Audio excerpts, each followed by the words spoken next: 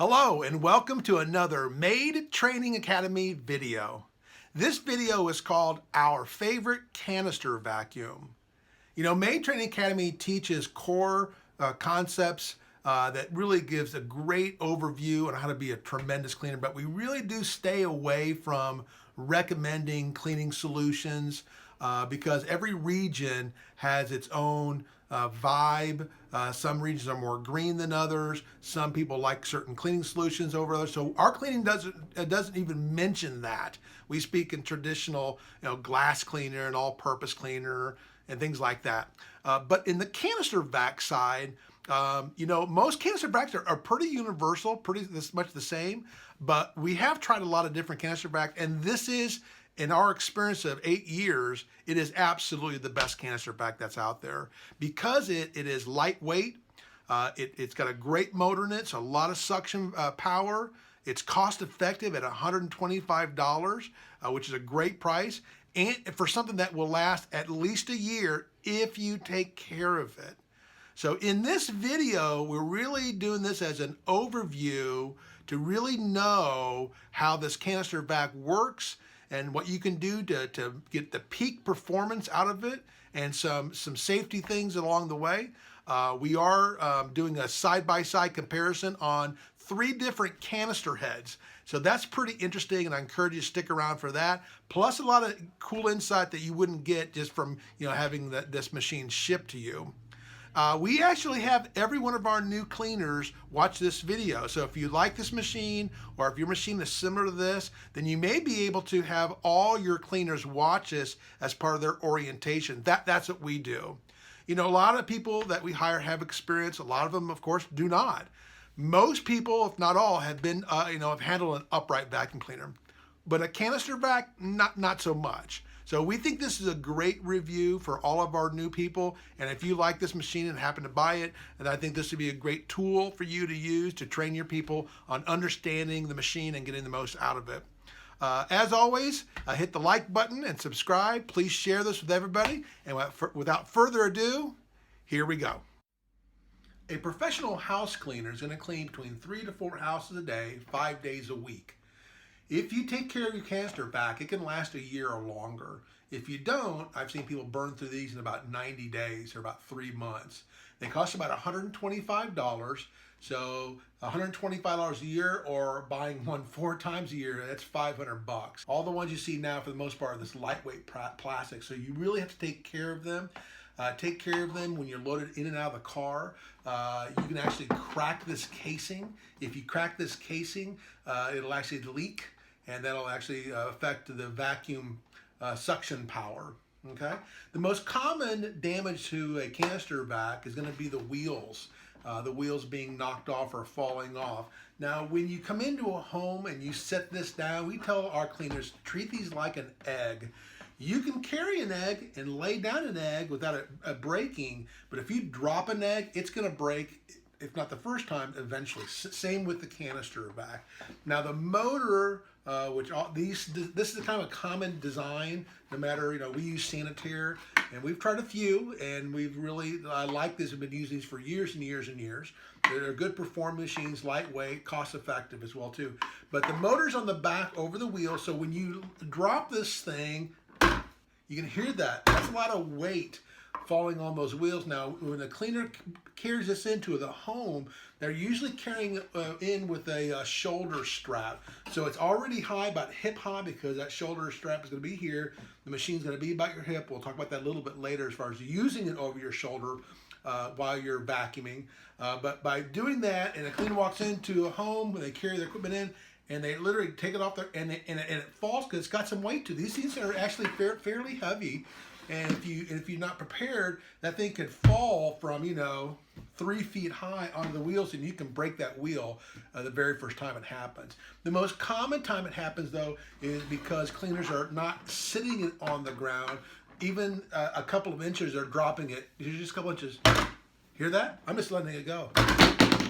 Hear how loud that is? You walk into the house, you let it a few inches down. You carry it upstairs to the master bathroom because you have to canister that, and it's set like that. It sounds loud. It doesn't sound professional. You got to set that thing down carefully every time. or the wheels will absolutely fall off. Okay. As far as the actual casing, they will crack. They typically crack, if they do, along the edge of this front wheel, because that wheel is also getting some damage potential going on too. When you pull this canister back along with you, the hose is out the front, and as you pull it, you're going to actually lift that a little bit, okay? Which is okay to glide it. It can move around, but when you lay it down, same thing. So be mindful of that, because that's where you'll find that crack right along the edge here. You can replace the casing, but a lot of times people won't see it because it's down like this. The crack is underneath, so periodically you definitely want to just give it a quick look-see, okay? Make sure there's no cracks. If there is, you either want to get a new casing or new machine, 125 bucks. Again, be careful. Same with loading it in and out of the car. Be careful loading it in. Don't just throw it in there or toss it in there, especially at the end of the day when you're tired, a little weaker. This thing, again, has got a little weight to it, not surprisingly. Don't just throw it in the car, and don't set anything heavy on it either, okay? Don't set your upright on top of this casing, because it can crack. In fact, when you turn it on, if you ever just turn it on, you can actually see that thing come in and out, okay? It's almost like it's breathing. It's that much, the motor's that strong, it's actually sucking in, so you also get that over time. The walls are doing this, even though it's ridged on the inside. You got to be careful all the time with these machines, okay? The next area of concern is going to be the door itself that gets it into the bag. These little hinges right here can break, especially when you're putting the bag in. If you don't get it all the way in, and now you can see it's kind of jammed up there, right? But then you're trying to force that to close, and then that's going to cause all that stress right here and break those. When you break that again, it's going to absolutely be a new casing and a new hinge door. Speaking of the bag, you've got a couple of choices. You got the disposable bags, which can be expensive, because in one house you can fill these bags up. That's why a lot of professional Maid companies will actually go with the reusable bags. Shaped the same way, except in the bottom here there's a little slide bar. You can take that slide bar off to open it up, to shake that out, especially if you have a house that has a lot of pet hair. You can certainly, right there at the house, go right to the customer's central garbage container, usually found in the garage or maybe the side of the house, and you can empty that. And you want to do it usually at the end of the job and not in the middle of the job, okay? Because it'll get dusty. That dust is going to fly all over you, you know, if you're not careful, so it'll get it kind of away from you. Other thing you want to do too is you definitely, from a maintenance standpoint, you want to clean this out. And what you want to do is you want to flip it inside and out like a sock, okay? So you just take it, flip it inside out all the way.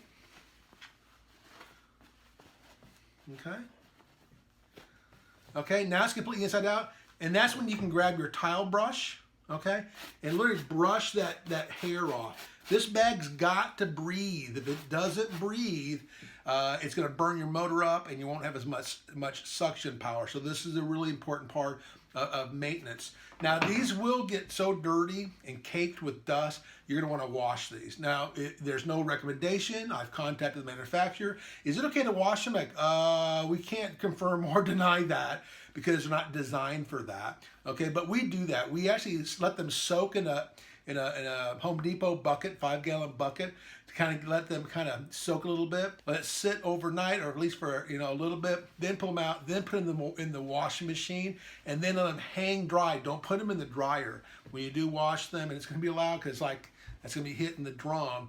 But if you do with a bunch of them, or even throw some rags in there, kind of soften that up a little bit as it's turning within your washing machine. But make sure you let them hang dry. And it usually takes a day or so. So we have a supply of these that we're using, and then a supply we're not using. Swap them out, and then that way you can maintain these. Okay. Now inside the machine, you see there is a filter. Okay. So if you take that filter out, that's the last safeguard before it gets to the motor.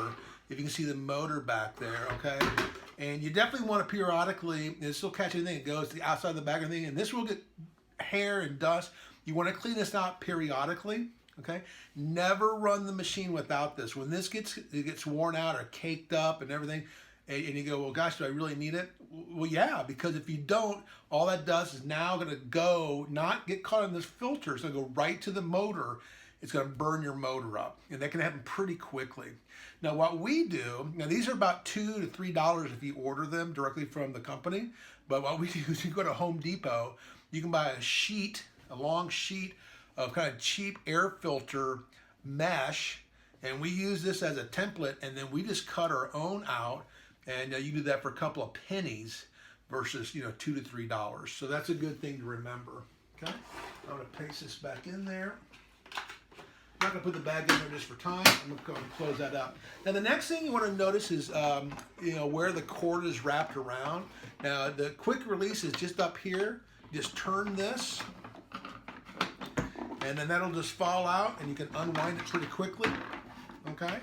Now these cords are not as long as your upright vacuum cleaner, just because of the wrapping and the limitation on there. But also, you don't really need to have a long cord necessarily, because for a lot of reasons. Okay. Now one of the most common, the second most common reason why these things fail, first is the wheels. The second is how you wind this up. You'll see this is where it comes out.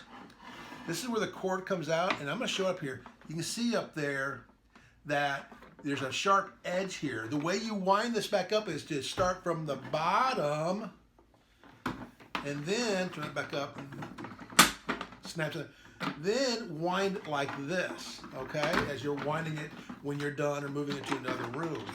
This is what we've seen people do. It's just human nature almost. You grab it and you come up, and you come this way. What you're doing is, if you get in there, that cord is now rubbing against the edge of that little cover for it right there, little cover right there.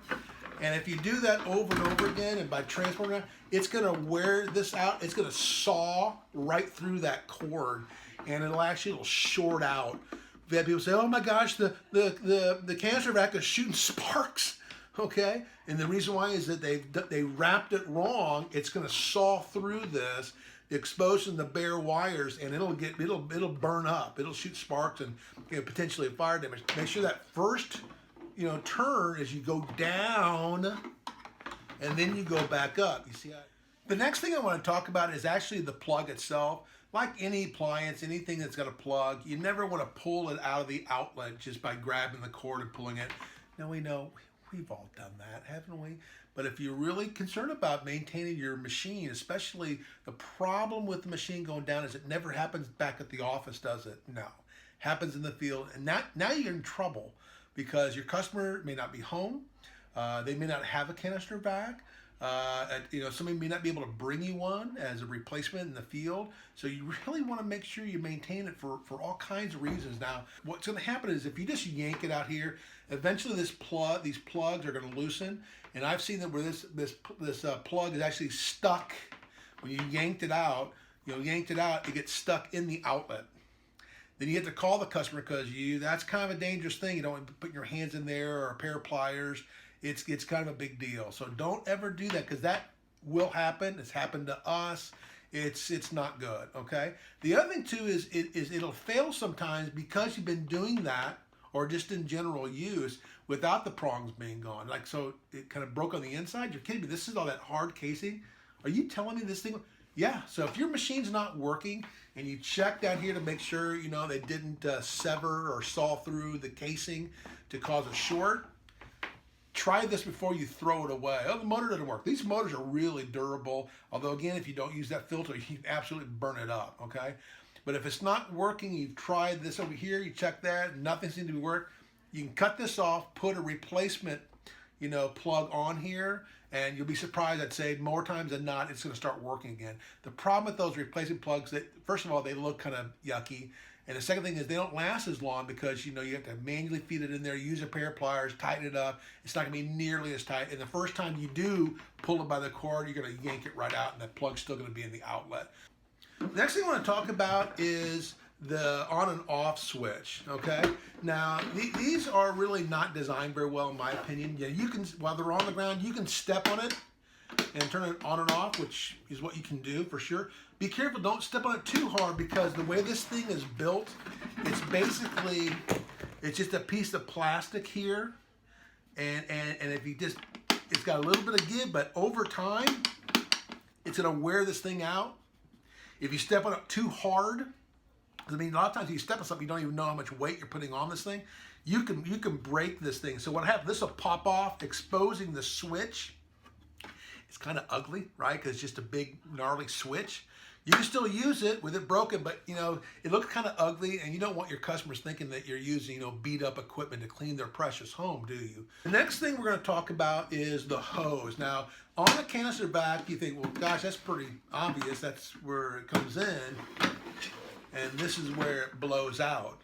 But every once in a while I get people saying, hey, the vacuum cleaner is just blowing out air, because the hose literally will connect.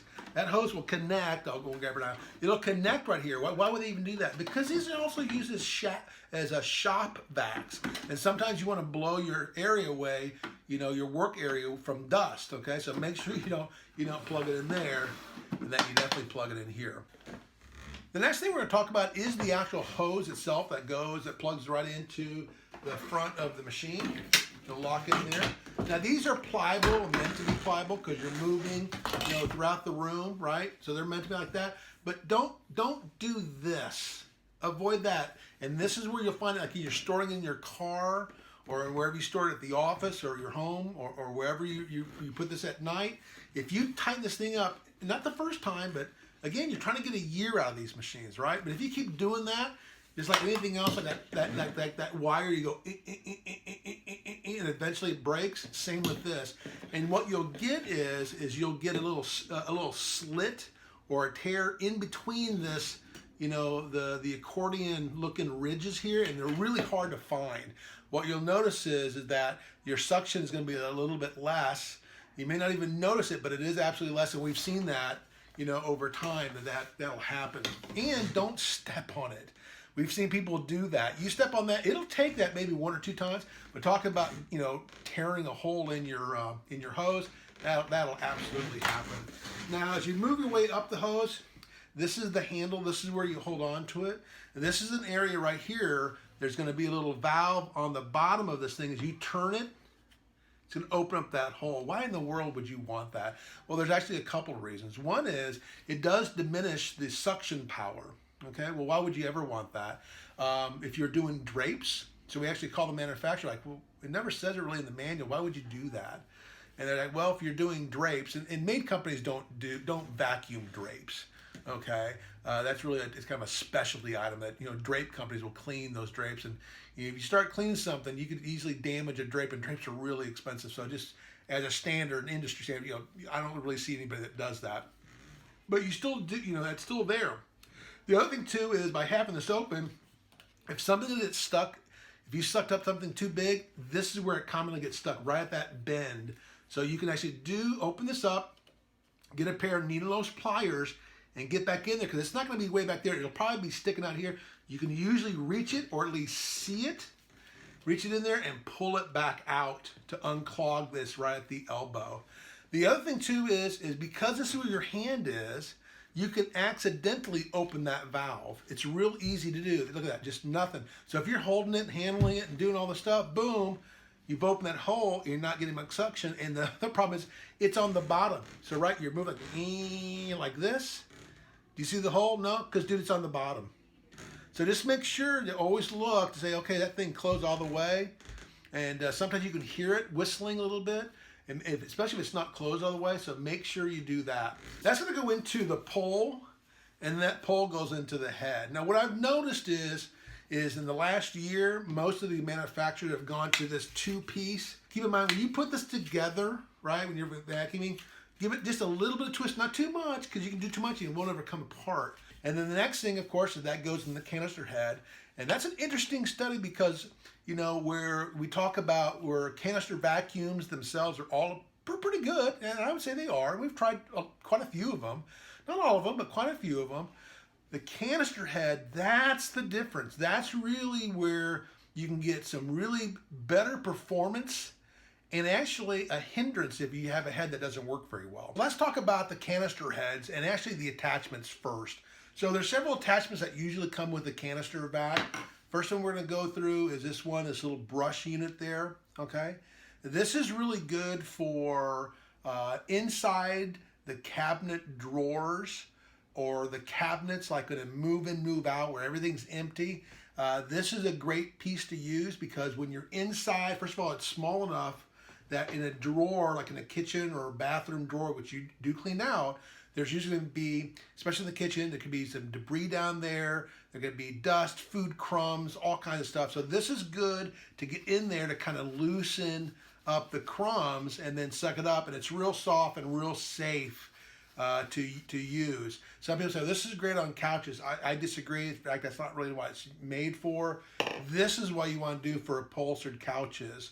So it's got, this model's got just a little bit of a bristle bar right here to help kind of loosen up and help get the hair or anything off of that piece. And you can drag it across. Don't use this on leather or you'll mark it. Now the other one is the crevice. Where this unit, the crevice tool is located right here inside. So you just pull it out. So that's kind of neat, that's stored there. But honestly, with the exception of a move in, move out, doing inside the cabinets and the drawers, which is pretty good. This, you got to be careful. You know, somebody like, this is great on edging carpets. No. So what can happen is that if you pull this along the edge of a carpet where the baseboard meets the carpet, you can mark that baseboard because that's hard plastic. And you pull that across there, you're definitely gonna mark it at some point in time. So we say no to all this on the baseboards. Our training in Maid Training Academy for professional cleaner certification, we train use a broom. So if you come into a room and as you walk the room before you clean it, you can go around the edge. Use a broom because that way you can pull the stuff out of the edges and get it out into the middle so your upright vacuum cleaner can get that. That's faster and does a much better job. All right, now let's finally talk about the canister head. That's the piece that actually sits on the floor. And these have gone through a lot of changes over the years and years and years we've been buying them. And I don't think they've gotten better. They've changed, and I know they design them, and there's a reason why they do everything, but I'm not liking the direction they're going in. In fact, when we buy canister backs now, we don't even use the head that comes with it. We throw it away, and we get one that's really best suited for us. Now, I'm going to show you the 3 different general styles you're going to run into. This one actually being the one that performs the best, but we don't even use this. And I'll tell you why in a few minutes. And all 3 of them work well, but this one definitely performs the best. So I'll tell you the reason why. So first of all, there's 2 buttons on here. All right, you can deploy them or by stepping on them, so you don't have to interrupt your stride. All right. So one setting is with the brushes out, and that should be used every time you're on hardwood or marble or any non-carpeted area. That's going to lift the head off of the ground. And also these brushes agitate the dirt, loosen that up, allowing it to pass through to then be sucked up. And you'll see here that the teeth in here, they've got a really good spacing. There's a lot of spaces there. What the new generation have gone to is less spacing, which means it's pushing the dirt more and not letting it pass through. And the demo you'll see here in just a minute or 2 will demonstrate that for sure. The other thing they've gone to is that the back piece is a solid piece, which I guess their assumption is as you're pushing forward, whatever goes past the suction will be stopped by that solid brush back, okay? But then when you pull it back, okay, you almost have to lift it up because then anything you went over, that section, you're pushing it back. So to operate those, you have to do and lift it up and do like this. Not bad, but you have to remember that's how it works. Where this one, because it's got those breaks and ridges in between, both backwards and forwards, you're picking up stuff. So that really works very well, in my opinion. And we've used these in the early years, and they were fantastic until they started to get worn out. Okay. The other problem, and this is a big reason why we don't use these, there is a switch on here, as I mentioned before, one with non-carpeted or area rugs, right? Okay, or non-carpeted marble or hardwood floors. And then with those down, that's to do the area rugs and the carpet. And you do transition in a small room, big room, you're doing the floors, right here's area rug, no reason to go grab the big canister back. Just remember to switch this thing over, because what happens is with these brushes here, you can't go over that. They're so stiff, it'll stop it in carpet. It just won't move. So you have to flip it, and then when you flip it, you're doing it there, right, on the area rug. And if you don't remember, when you go back to the hardwoods, then this is gliding on the hardwood floors or the marble. And listen to this thing on the ground. Listen.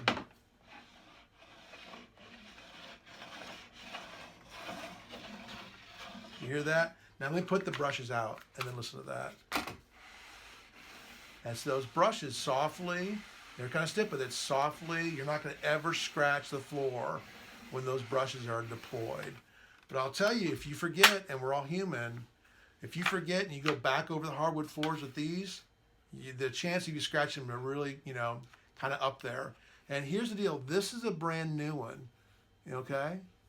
We don't use these anymore, but this is a brand new one. But I will tell you, just with normal wear and tear, eventually you're going to get scratches on this metal piece. That's why they got away from metal, which I think was a smart move, because when these got scratched, and we replaced them pretty quickly. We were really, very proactive on replacing them, but they can pick up scratches. So if you forget to deploy the brushes and you go to that hardwood floor, especially if it's a brand new floor, you can put little fine scratches all over that. A lot of money, big damage claim. So that's part of the reason why we don't do that. Now, what they've gone to is a plastic bottom instead of metal. But I can tell you, even plastic can get edgy where it can scratch. Here's one here. Look at this. This is one we don't use this anymore, but this is an old one. Look at that. You can see how scratched and roughed up that is. Imagine going over a nice new marble floor or brand new refinished hardwood floors. That could put little fine scratches if you forgot to flip it down where the brushes are down. So that's the main thing, okay? If the brushes are down, we're all good. There's that risk there, okay? So here's the one that we use, okay? There is no switch. There's no on and off. It's just always with these brushes. And you'll see there's some teeth here. It's not as many teeth as you have in the older version, okay? But they're not too far off as far as the number of teeth you have in there, okay? But here's what they have in the newest version. This is what they sent out now that we throw away. Look how wide those teeth are. Okay, compare that to this. See how wide that is? How there's not very many gaps. And Marlena did a very good job in there. There's not that many gaps in there compared to this. So there's more pushing of it. And then that back section I told you was a constant brush. Now they've gone to actually like a squeegee on a how you clean windows to trap that on there. But even though it's plastic, that can still scratch if you forget to flip it over. All right.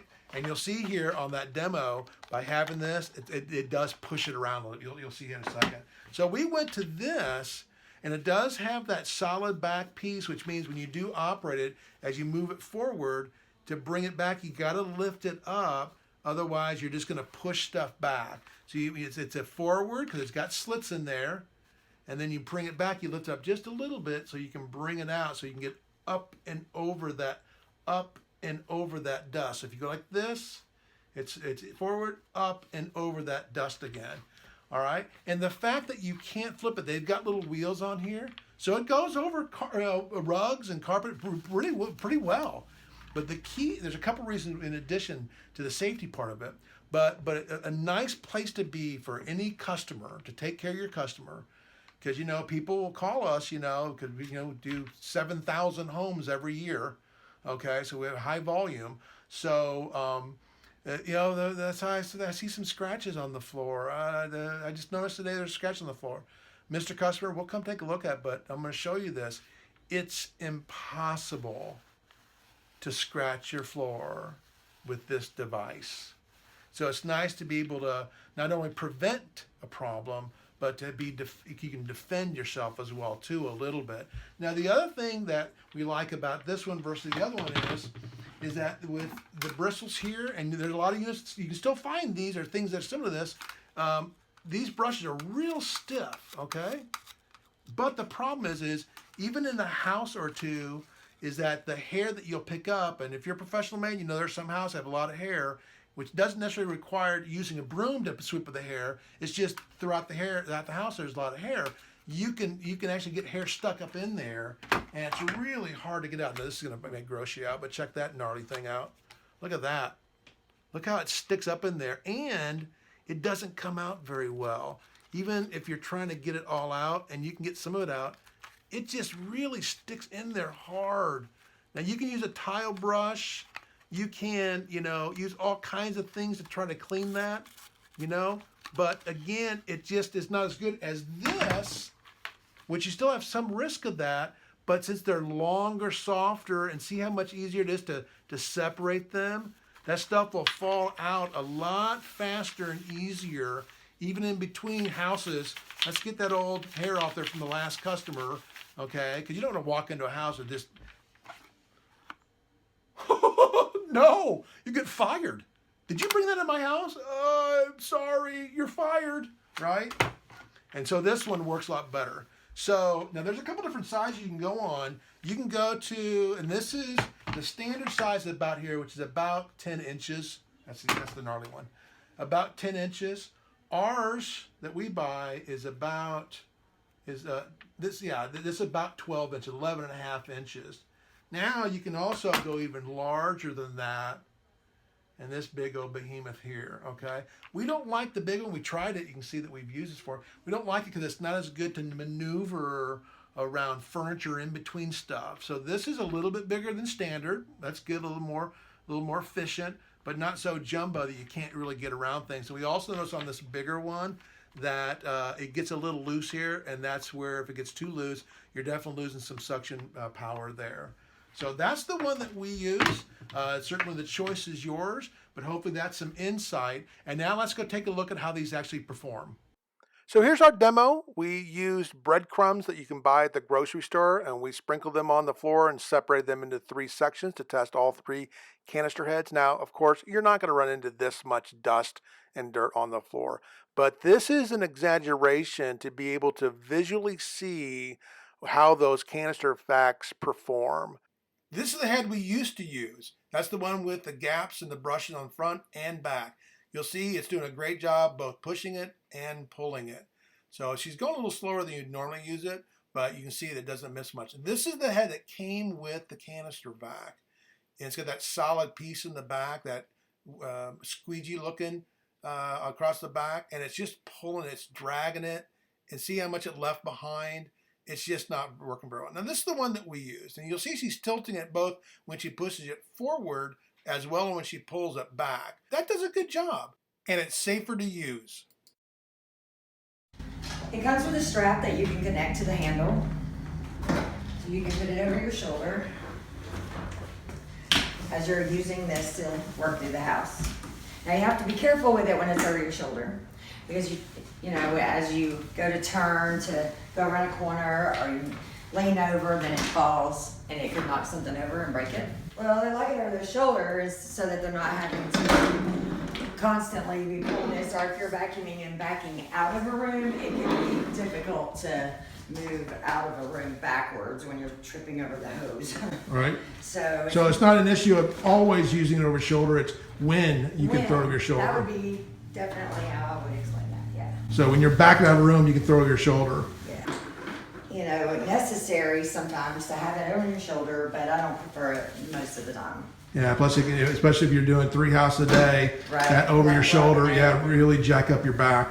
The heat blowing on you, like you said, that's a big deal. Just standing tall, pushing forward, but you want to kind of tilt it up a little bit, allowing the debris to go under it. And then as you come back, you can kind of lift it from the back end so that, yet again, it's still picking up the debris. You know, you can use it to kind of scrub something off with these brushes.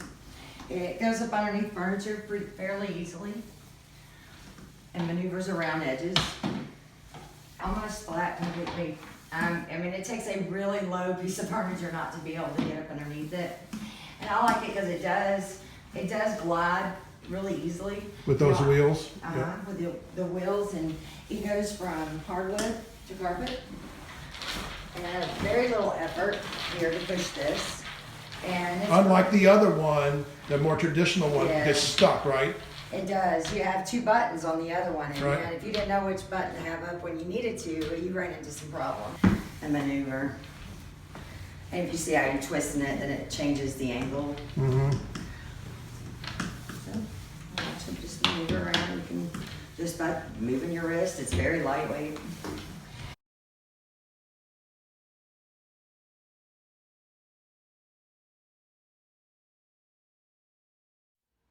Well, I hope you enjoyed the video. Yeah, I know you wish it was a lot longer, right?